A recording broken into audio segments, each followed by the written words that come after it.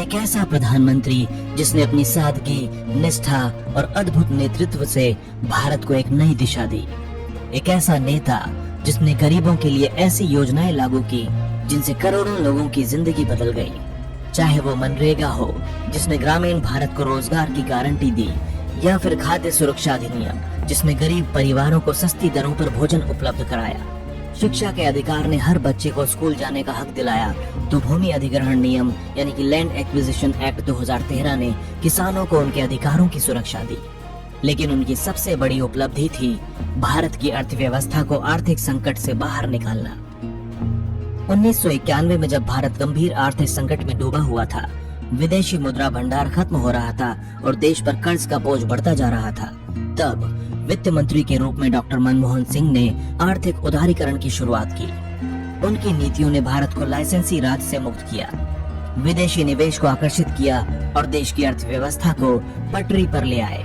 इसके बाद 2008 में जब वैश्विक आर्थिक मंदी ने अमेरिका और यूरोप जैसे बड़े देशों की अर्थव्यवस्थाओं को भी हिलाकर रख दिया था, तब प्रधानमंत्री डॉक्टर मनमोहन सिंह ने भारत को इस संकट से बचाया। उनकी समझदारी भरी आर्थिक नीतियों के कारण भारत उस समय दुनिया के कुछ चुनिंदा देशों में था जिसने मंदी के बावजूद आर्थिक विकास की रफ्तार को बनाए रखा।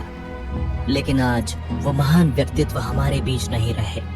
26 दिसंबर को 92 वर्ष की आयु में डॉक्टर मनमोहन सिंह ने नई दिल्ली के एम्स अस्पताल में अंतिम सांसें ली।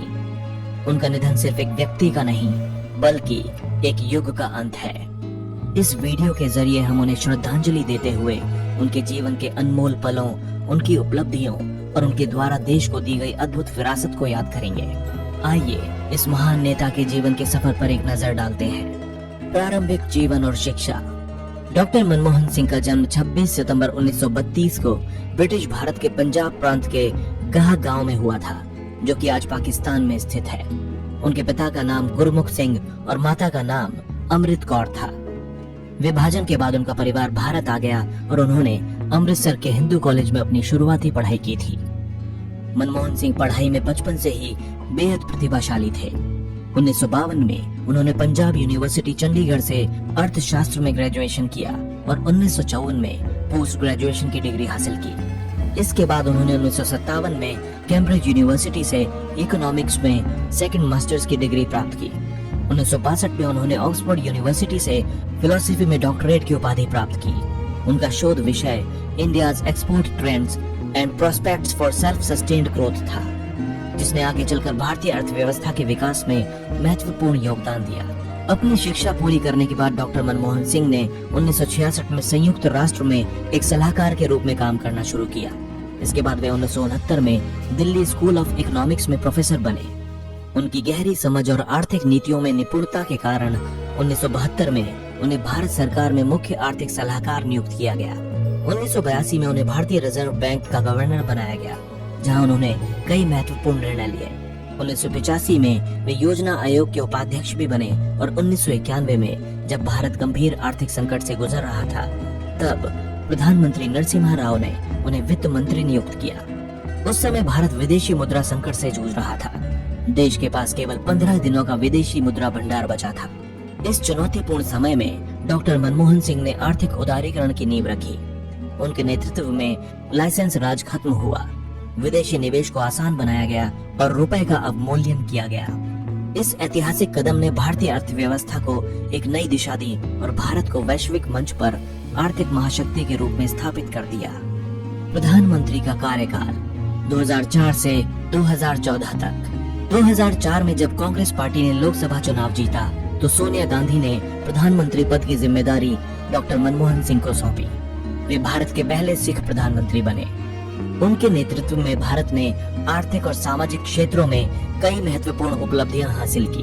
उनके कार्यकाल में मनरेगा, भूमि अधिग्रहण अधिनियम और खाद्य सुरक्षा अधिनियम जैसे ऐतिहासिक कानून लागू हुए। मनरेगा के अंतर्गत ग्रामीण इलाकों में लोगों को रोजगार की गारंटी दी गई थी।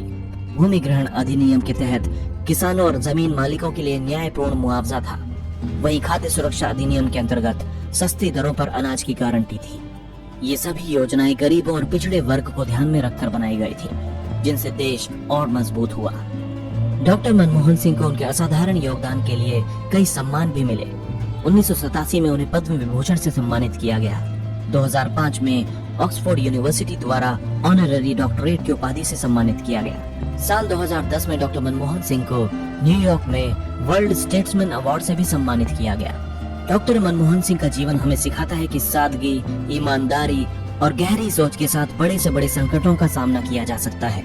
उन्होंने 70 के दशक से 2014 तक अलग अलग पदों पर रहते हुए देश की सेवा की।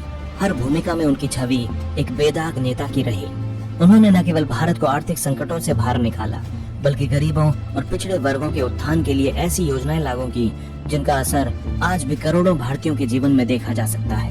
भारत के इस महान सपूत की कहानी न सिर्फ इतिहास की किताबों में दर्ज है, बल्कि आने वाली पीढ़ियों के लिए एक प्रेरणा बनकर हमेशा जीवित रहेगी।